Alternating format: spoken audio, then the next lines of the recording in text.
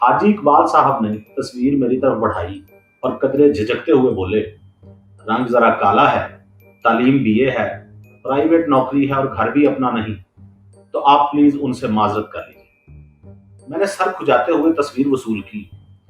ठीक है, लेकिन आपकी क्या डिमांड है? हाजी साहब निहायत मुलायमत से बोले, देखें, लड़का कम से कम शक्ल सूरत का अच्छा हो, अच्छा खाता हो, ताकि मेरी बेटी सुखी तो रह सके। मैंने सर हिलाया।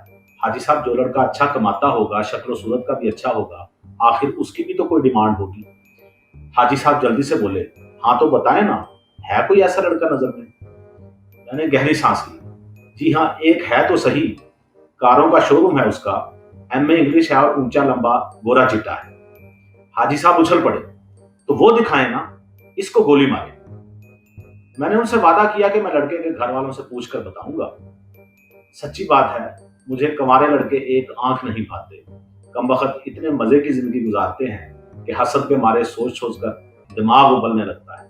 सो मेरे पास बदला लेने का एक ही तरीका है कि जहां भी कोई खुशो खुर्रम लड़का देखूं, फौरन कहीं ना कहीं उसकी शादी करवा दूं।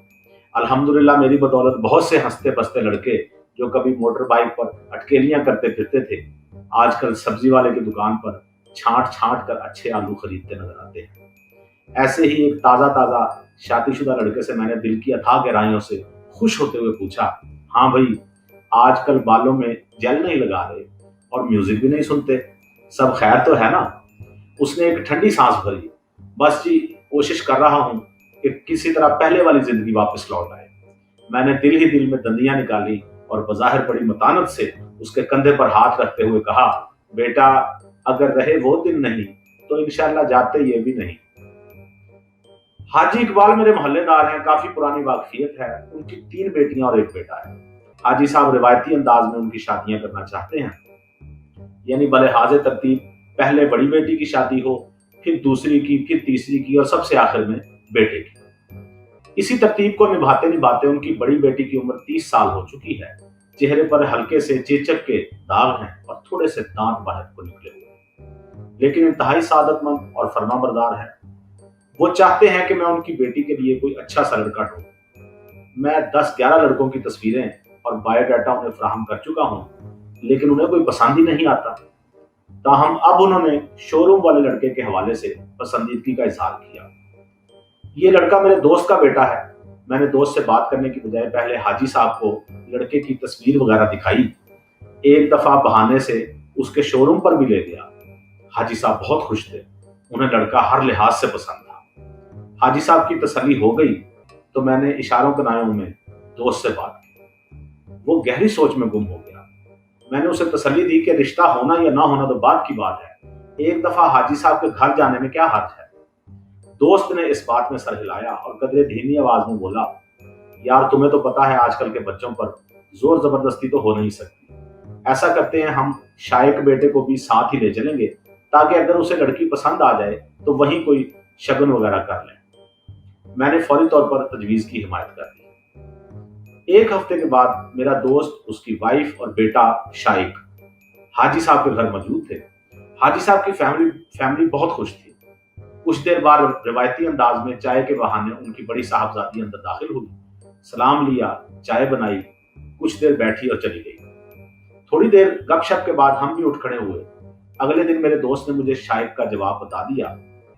हाजी साहब तशरीफ लाए तो मेरी समझ में नहीं आ रहा था कि मैं उन्हें कैसे बताऊं कि लड़के ने उनकी साहबजादी को रिजेक्ट कर दिया है। मैंने डायरेक्ट बात करने की बजाय अमूमी अंदाज में कहा, हाजी साहब, आजकल लड़कों की डिमांड्स बहुत हो गई है। शाइक को भी शौक है कि उसकी बीवी किसी ऊंचे घराने से हो, गाड़ी चलाती हो, कम उम्र हो और बहुत ज्यादा हसीन हो। हाजी साहब के नखरे भूल गए। यानी जवाब है? मैं खिसियाना हो गया। नहीं, जवाब तो कुछ नहीं, वो तो बस अपनी पसंद बता रहा था। हाजी साहब कुछ देर मुझे गौर से देखते रहे, फिर बमुश्किल अपने गुस्से पर काबू पाते हुए बोले, लानत हो ऐसे लड़कों पर जो सीरत की बजाय सूरत और माल को तरजीह देते हैं।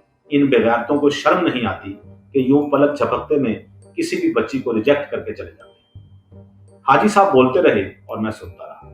अगर लड़की वालों को खूबसूरत, कमाता, खाता पीता और पढ़ा लिखा दामाद चाहिए, तो क्या लड़के वाले अपनी बहू के हवाले से ऐसी कोई ख्वाहिश नहीं रख सकते? क्या वजह है कि डिमांड्स सिर्फ लड़के वालों की ही मुश्तहिर होती हैं। लड़के वाले जहेज मांगे तो उन पर लानत, और लड़की वाले शादी से पहले प्लॉट लिखवाने की बात करें तो ये उनका हक। लड़की अगर ख्वाबों का शहजादा चाहती है तो लड़के के भी कुछ ख्वाब होते हैं। बदकिस्मती से मामूली शक्ल सूरत और गरीब खानदान की लड़की भी खूबसूरत और माली तौर पर मुस्तहकम लड़के से शादी करना चाहती है। बिल्कुल ठीक है, ये उसका हक है। लेकिन लड़का भी अगर यही डिमांड रखे तो नफरत का निशाना क्यों बन जाता है? लड़की वाले 10 लड़कों को भी रिजेक्ट कर दें कोई बात नहीं, लेकिन अगर कोई लड़का उनकी लड़की को रिजेक्ट कर जाए तो दुनिया भर का लालची और घटिया कहलाता है। लड़के का कैरेक्टर चेक करना हो तो लड़की वाले उसके दोस्तों और रिश्तेदारों तक जा पहुंचते हैं, लेकिन तसव्वुर कीजिए कि ये हरकत अगर लड़के वाले करें तो आजकल लड़के नहीं, लड़की वाले जहेज मांगते हैं, अपना घर, गाड़ी, बैंक बैलेंस, ताकि बच्ची खुश रह सके।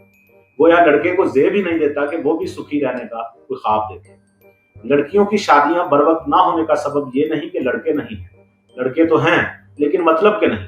सबको एक पला पुलाया खुशहाल और बांका सजीला दामाद चाहिए। अमूमन लड़की वालों ने यह तय किया होता है कि गरीब, काला और कम तालीम याफ्ता लड़का उनकी लड़की के लिए मौजू नहीं, लेकिन उनकी लड़की में कोई नक्श निकाल कर तो देखे। मैट्रिक पास लड़की को भी एमए पास लड़का चाहिए। किस्मत हो तो मिल भी जाता है, लेकिन अमूमन ऐसा होता नहीं। लड़की की तरह लड़के के पीछे भी उसकी फैमिली होती है, जिनका जुर्म ये होता है कि वो भी अपने बेटे के लिए खाती पीती और चांद सी बहू चाहती है। हाजी इकबाल से मैंने एक दफा बातों बातों में पूछा कि आप पहले अपने बेटे की शादी क्यों नहीं कर देते? गर्दन अकड़ा कर बोले, हाँ सोचा जा सकता है, लेकिन जहन में रखना एमए पास है मेरा गबरू नदीम।